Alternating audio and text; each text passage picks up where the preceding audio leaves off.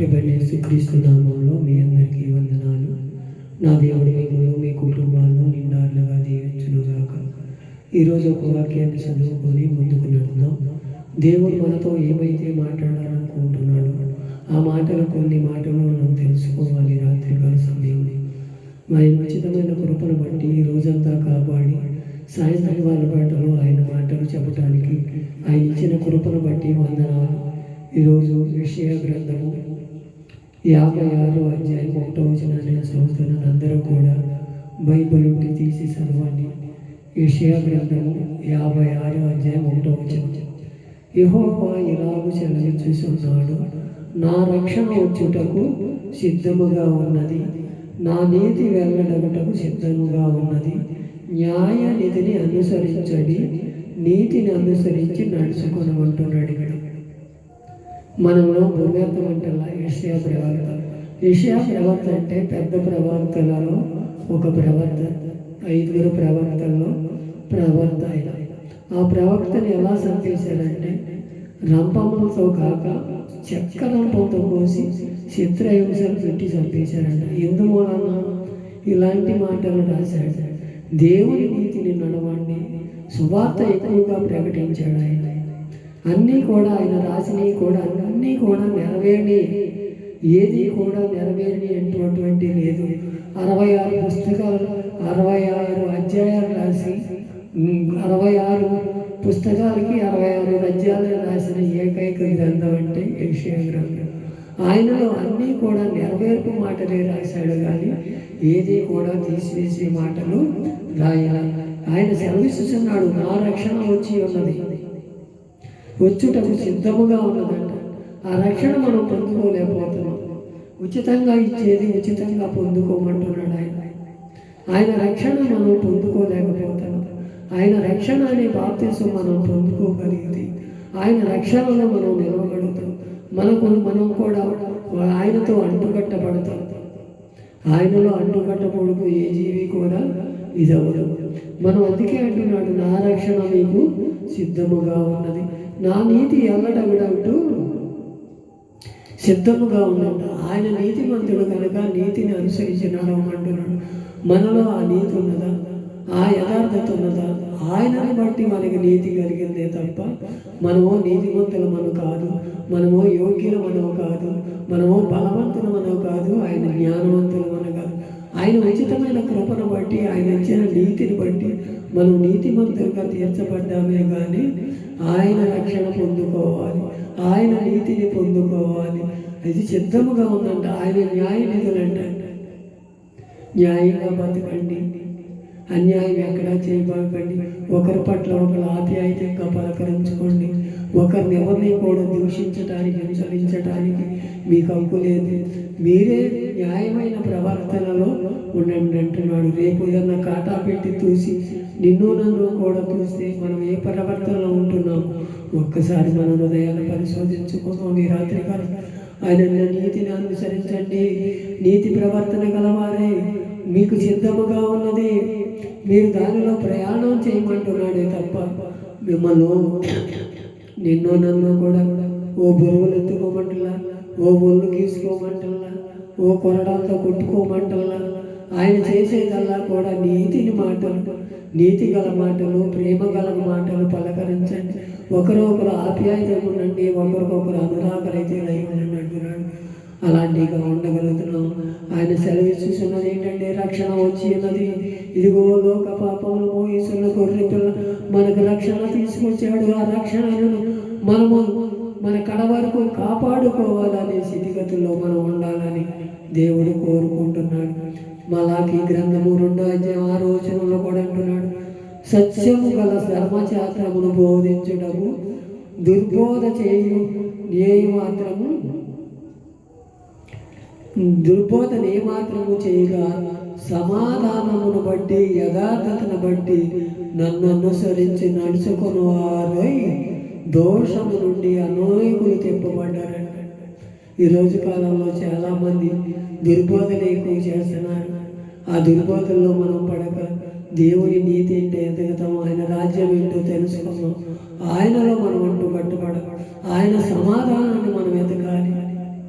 విశ్వాసాన్ని కాపాడుకొని ఆయన సమాధాన్ని నేను విశ్వాసాన్ని కాపాడుకున్నాను నా కడముట్టించాడని తిమోతి ఎలా చెప్పగలిగాడు? మనం అలా చెప్పగలుగుతున్నామా? దుర్బోధలు చాలా వస్తున్నాయి. నేనే క్రీస్తునని ఆయన అలాంటి వారు చాలామంది ఉన్నారు. నేనే స్వస్థత జరిగేస్తున్నానని, నా పట్ల జరిగిందని ఆలోచనలో చాలామంది ఉన్నారు. ఆయన రేపు ఆయన పిలుపు వచ్చినప్పుడు వీళ్ళందరూ కూడా వర్ధిల్లదని చాలా లేఖనాలు తెలియపరుస్తున్నాయి. అలాంటి వారి ఉందామా? సత్యము గల ధర్మశాస్త్రం బోధించుటకు దుర్బోధనే మాత్రము చేయక సమాధానమును బట్టి యథార్థతను బట్టి నన్ను ఆశ్రయించండి నడుచుకుని వారి దోషము నుండి అన్యాయములు తెప్పబడ్డారు. ఆయన రాజ్యానికి అనేకులు నడిపించాలి. మనం నడిపించగలుగుతున్నామా? నేను ఒక్కడినే నడిస్తే సాధనే, నేను ఒక్కడినే జీవిస్తే సాధనే, నేను మాట్లాడిందే మంచి బోధలే, నేను చెప్పిందే యథార్థతలే, నేను నడిచేదే మంచి మార్గం అని మనం అనుకుంటున్నామేమో. ఒక్కసారి మన హృదయాలు పరిశోధించుకున్నామా? మనం ఏ బాధ అయితే మాట్లాడుతున్నామో, ఏ మాటలైతే మాట్లాడుతున్నామో, నీతి గల మాట్లాడాలో మాట్లాడుతున్నామా? యథార్థత గల మాట్లాడాలో మాట్లాడుతున్నామా? దుర్బోధ మాట్లాడుతున్నామా? ఒక్కసారి మనల్ని పరిశీలన చేసుకొని, అయ్యా నీ చిత్తంలో నేను ఉంటాను, అయ్యా నీ రక్షణ నేను పొందుకున్నానయ్యా, అందరూ పొందుకోవాలయ్యా, నీ కృపలో వాళ్ళని జ్ఞాపకం చేసుకొని నా కుటుంబం అంతా రక్షణలోకి రావాలి, నా కుటుంబం నీ సన్నిధిలో కనపడాలని దావీదు ఎలా మొరపెట్టాడు. మనం అలా మొరపెడితే దేవుడు మన యథార్థతను బట్టి ఆయనకు ఇష్టలుగా ఉంటామని. మనలో యథార్థత ఉన్నదా? మనలో అసూయ ఉన్నదో? ఒక్కసారి మన హృదయాలను పరిశోధించుకుందాం. మనం ఎలాంటి దారిలో నడుస్తున్నామో ఒక్కసారి మనమే తెలుసుకుందాం. 1వ దశలోనిక పత్రిక 5వ అధ్యాయం 15 కడుగుడు, ఎల్లప్పుడూ మేలైన దానిని అనుసరించి నడుచుకొనుడి, ఎల్లప్పుడూ సంతోషంగా ఉండండి, ఎల్లప్పుడూ ప్రార్థన చేయండి అంటున్నాడు. మనలో ఆ సంతోషం ఉందా? ఇంటికి వెళితే తగాదాలు, ఇంటి పక్కన వాళ్ళతో తగాదాలు, మనం మాట్లాడే మాటలు ఎలా ఉన్నాయో ఒక్కసారి మన హృదయాలు పరిశోధించుకోవాలి. ఈడ నోటి నుంచి వచ్చిన మాటలు యథార్థమైనవి కాదు, కుటిలమైన మాటలు. ఈడు నీతులు చెప్పొచ్చాడు. ఇది ఎలా ఎన్ని కొంపలార్చిందో, ఎన్ని ఇబ్బందులు పెడుతుందో, ఈనాడు మనకు నీతులు చెప్పవచ్చు అనే మాటలు మనం అనిపించుకుంటున్నామా? మనలో యథార్థత ఉన్నదా? మనలో ఏముందో ఒక్కసారి మనం ఎల్లప్పుడూ సంతోషించాలంట. యెహోవా ఇచ్చిను, యెహోవా తీసుకుని పోయిను, యెహోవా నామానికి స్తుతి కలుగును గాక అని యోబు ఎలా మాట్లాడగలిగాడు? మనం అలాంటి మాటలు అలగలుగుతున్నామా?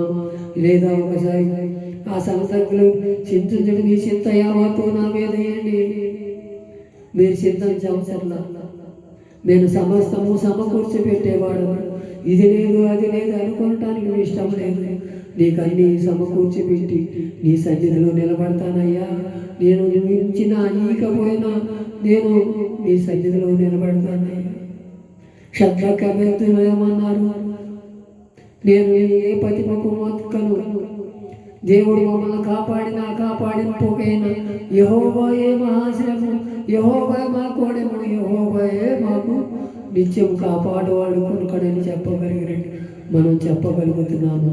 ఒక్కసారి మన హృదయాలు పరిశోధించుకుందాము. ఈ రాత్రి కాలం అయ్యా నీ రక్షణ మేము చేత పట్టుకొని, అయ్యా నీ నీతిని ఎల్లడొకటకు మమ్ము సిద్ధపరుసయ్యా. అయ్యా న్యాయనీతిని అనుసరించే కృపనుందయ్యా, మేము న్యాయంగా బతకటానికి, మేలైన మార్గంలో నడిపించడానికి మమ్ము సిద్ధపరుస్తుంది ఆయన. అయ్యా నీ చిత్తంలో మేము ఉండటానికి సమాధానం, అయ్యా దుర్బోధన మానవటనా నీకయ్యా, దుర్భాషలు మానవటనా నీకయ్యా, నీతి గల మాటలు మానవటనా నీ. అలాంటి మాటలతో మా నాలుకను కాల్సయ్యా. ఇప్పుడు వరకు అలాంటి మాటలు మాలో ఏమన్నా మేము అవినీతిగా మేమేమన్నా చేసాము, అనాలోచనగా మేమేమేమన్నా ఉన్నామేమో. ఒక్కసారి మన హృదయాలు పరిశోధించయ్యా. అయ్యా నీతిని అనుసరించి మేలైన దాన్ని నడుచుకునే కృపను దయచేయండి అయినా. అయ్యా ఎల్లప్పుడూ మేము సంతోషంగా ఎడతెగగా ప్రార్థన చేసేవారు మనం నిలబెట్టయ్యా. ఈ రాత్రికాల సమయంలో సరైన తీర్మానం తీసుకుందామా? అయ్యా ఎడతెగగా సంతోషిస్తామయ్యా, ఎడతెగగా ప్రార్థన చేస్తామయ్యా. అయ్యా మమ్మ నీతిమంతులుగా నువ్వు తీర్చిదిద్దావయ్యా. నీ నీతిని బట్టి నీ ప్రవర్తన బట్టి మమ్ము ఈరోజు ఇలా సజీవులుగా నిలబడ్డామంటే అది నీ కృపేనయ్యా. నీ చిత్రంలో మమ్మ చేర్చిగా నేను నడిపించయ్యా. నీ రాజ్యాన్ని మమ్మ వారసం చేయాలి ఒక తీర్మానం చేసుకొని దేవుని ఎదుట మోకరించి ఆయన మేలైన దీవెనలు పొందుకుందాం. ఇట్టి మాటలు దేవుడి వెనుకడలో దీవించి ఆశీర్వదించును గాక. ఆమేన్.